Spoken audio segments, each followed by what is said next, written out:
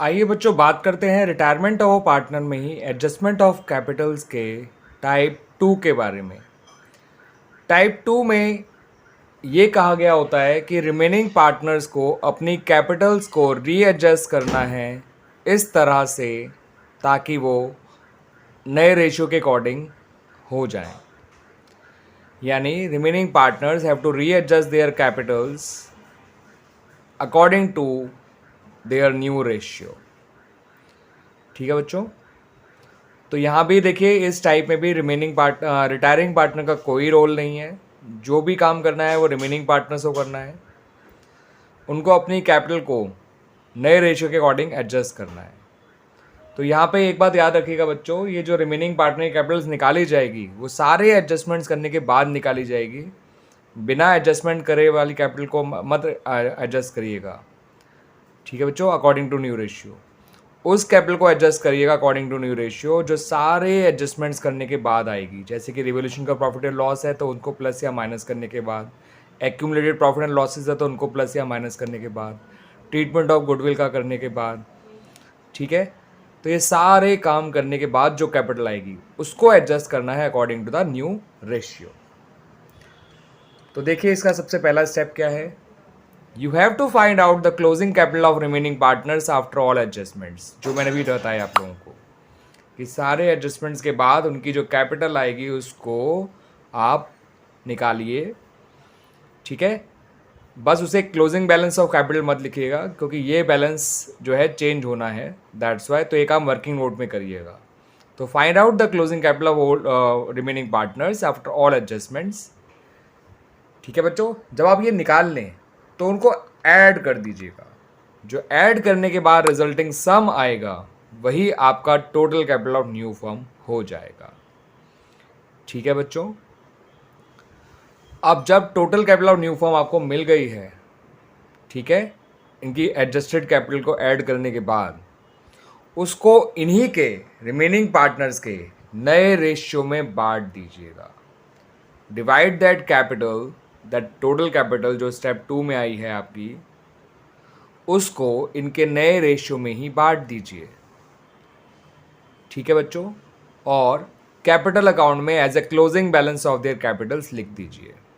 ठीक है बच्चों, फिर ये कैपिटल तो हमने अलग से डाली है, बाहर से लाके डाली है closing capital as a closing balance. तो कैपिटल अकाउंट मैच तो करेंगे नहीं इस तरह से। तो मैच कराने के लिए आपको उनकी कैपिटल अकाउंट को बैलेंस करने के लिए या तो पैसा लाना पड़ेगा या पैसा लेके जाना पड़ेगा या फिर यही काम करंट अकाउंट के थ्रू करना होगा। ठीक है बच्चों, तो कुल मिला के कहने को 5 स्टेप है, इतने कोई मुश्किल स्टेप नहीं है। आप समझिए इन स्टेप्स को। सारे एडजस्टमेंट करने के बाद इनकी कैपिटल निकालनी है, ये पहला स्टेप। दूसरा स्टेप, जो कैपिटल निकल कर आई है सारे एडजस्टमेंट के बाद इनकी, उनको जोड़ दीजिए, वही आपकी total capital of new firm होगी। तो पहला और दूसरा स्टेप समझ में आ गया।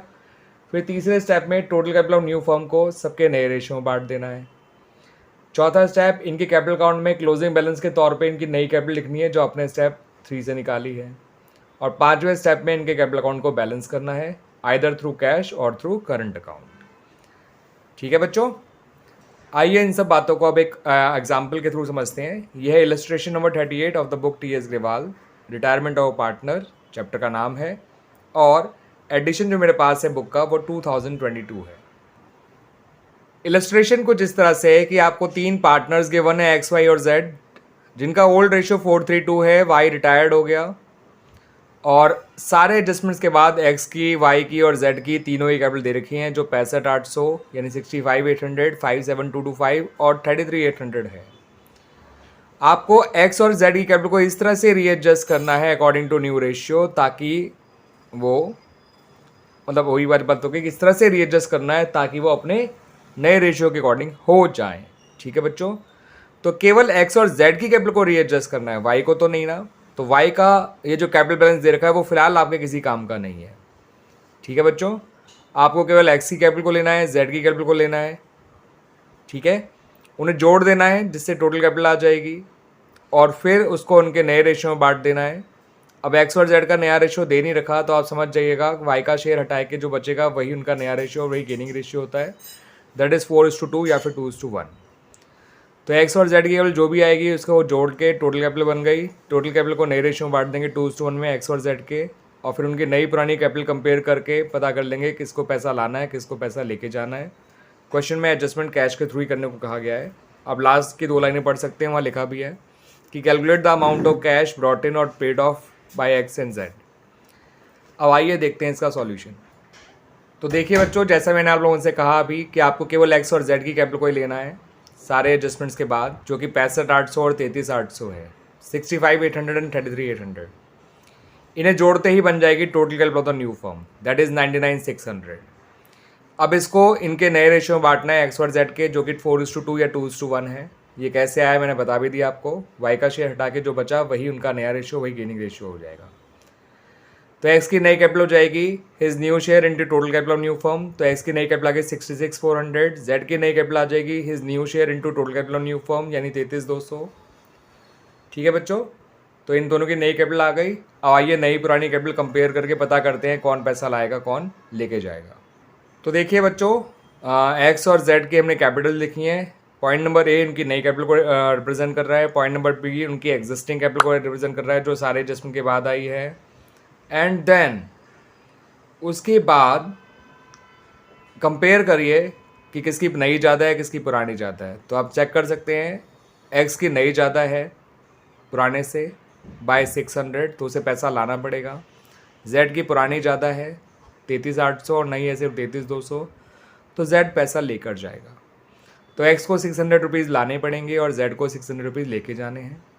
वाई के पैसे का फ़िलहाल आप कुछ नहीं कर सकते क्योंकि वाई का कैपिटलिज्म में कोई रोल नहीं है, और वाई के पैसे को पे करना है या नहीं करना कुछ ऐसा मेंशन ही नहीं रखा, तो फिलहाल एंट्रीज बनानी भी नहीं है।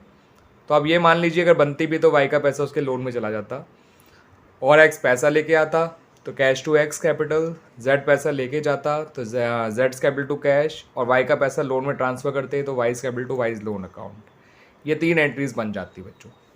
ठीक है बच्चों, तो इस तरह से हमारा ये क्वेश्चन कंप्लीट हो जाता है और टाइप 2 भी कंप्लीट हो जाती है।